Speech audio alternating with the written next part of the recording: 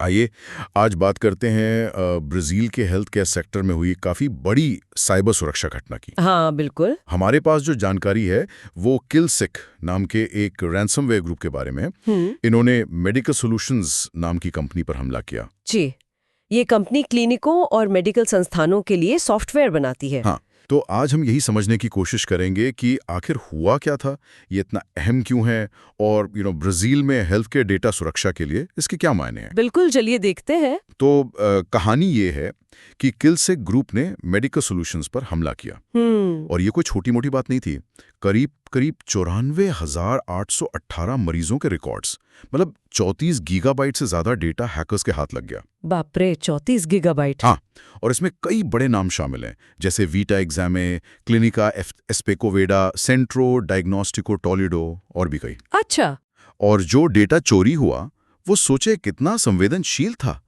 Medical reports, lab के नतीजे, x-ray, हुँ, मरीजों की असली अनएडिटेड तस्वीरें भी, यहाँ तक कि नाबालिगों से जुड़ा डेटा भी शामिल था। ओह! ये तो बहुत ही गंभीर बात है, मतलब किसी की पूरी मेडिकल हिस्ट्री और तस्वीरें भी? बिल्कुल, ये सिर्फ डेटा चोरी नहीं है, ये लोगों की निजता पर सीधा हमला है। हाँ, इसमें एक दिलचस्प बात है।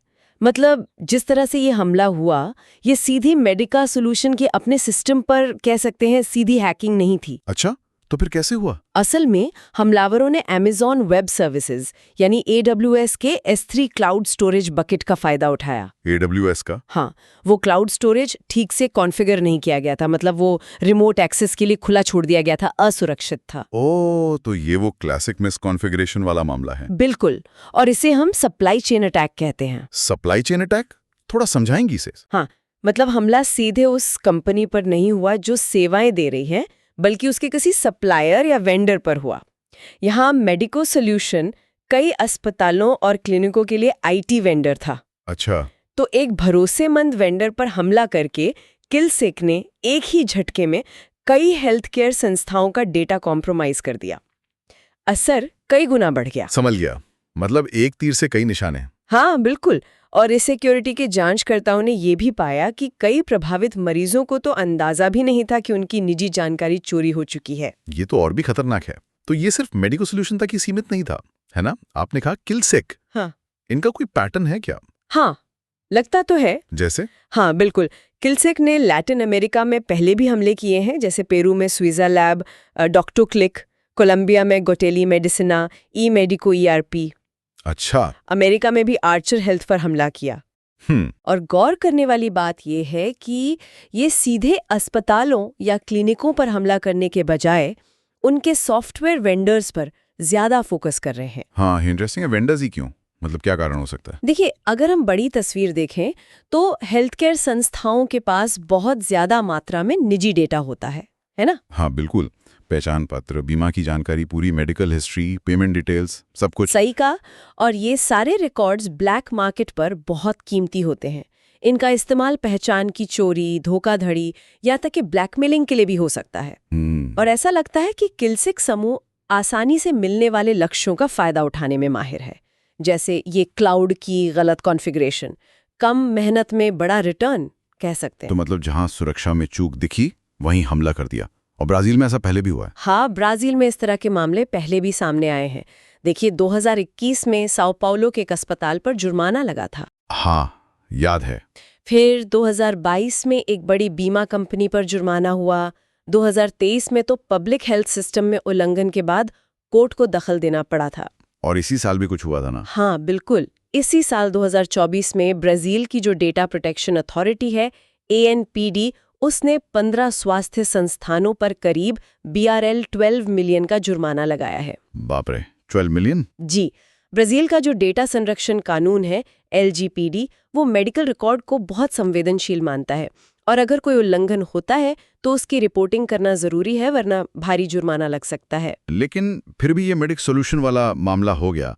ये दिखाता है कि शायद कानून अपनी जगह है, पर जमीनी हकीकत, खासकर सप्लाई चेन में, अभी भी कमजोर है। बिल्कुल सही कहा। ये चिंता की बात तो है ही। खैर, रीसिक्योरिटी जिसने इस उल्लंघन का पता लगाया, उसने ब्राजील की सर्ट-पेआर और एएनपीडी दोनों को सूचित कर दिया है। अच्छा, ये तो ठीक किया। हाँ, और इस सिक्योरिटी एक और अच्छा काम कर रही है। वो ब्राजील के उन हेल्थ केयर प्रोवाइडर्स को ग्रांट भी दे रही है जो महंगी साइबर थ्रेट इंटेलिजेंस सेवाओं का खर्च नहीं उठा सकते। ये अच्छी पहल है। हाँ, ताकि भविष्य में थोड़ी मदद मिल सके। लेकिन जो असली मुद्दा है वो बना हुआ है। क्या? यही कि हेल्थ केयर सेक्टर तेजी से डिजिटल हो रहा है। Electronic records, connected devices, cloud services, इन सब पर निर्भरता बढ़ रही है। हाँ, ये तो है। पर अक्सर उनका इंफ्रास्ट्रक्चर पुराना होता है और साइबर सुरक्षा के लिए संसाधन भी सीमित होते हैं।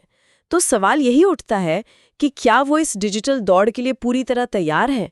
उनकी सुरक्षा कितनी मजबूत है? ये बहुत बड़ा सवाल है। तो इस सब का निचोड़ क्या निकालें? देखिए, ये एक सोची समझी रणनीति वाला हमला था, लेकिन उसने फायदा उठाया बहुत ही साधारण सी कमजोरियों का। जैसे? वो क्लाउड मिसकॉन्फ़िगरेशन। हाँ, और ये दिखाता है कि हेल्थ केयर की जो पूरी सप्लाई चेन है, उसमें कितना बड़ा जोखिम छिपा है। एक वेंडर पर हमला होता है और हजारों लाखों लोग प्रभावित हो सकते हैं। सही बात है। ये इस बात पर जोर देता है कि हर स्तर पर, खासकर जैसे जैसे हेल्थ केयर डिजिटल हो रहा है, बेहतर और मजबूत सुरक्षा उपायों की तुरंत जरूरत है। सिर्फ अस्पतालों को ही नहीं, उनके वेंडर्स को भी। बिल्कुल। और आखिर में एक सवाल जो शायद सोचने पर मजबूर करे, हम अक्सर अस्पतालों के अपने नेटवर्क की सुरक्षा पर तो बहुत ध्यान देते हैं, है ना? हाँ। पर जिन बाहरी सॉफ्टवेयर कंपनी और क्लाउड सेवाओं पर वो आजकल इतने निर्भर हो गए हैं, वो कितनी सुरक्षित हैं? कहीं ऐसा तो नहीं कि असली खतरा, सबसे बड़ी कमजोरी अस्पताल की दीवारों के बाहर इसी सॉफ्टवेयर सप्लाई चेन में छिपी हो? ये वाकई सोचने वाली बात है। जैसे जैसे डिजिटल हेल्थ केयर बढ़ेगा, ये सवाल और भी अहम होता जाएगा। बिल्कुल। चलिए, इस अहम चर्चा के लिए आपका बहुत बहुत धन्यवाद। धन्यवाद।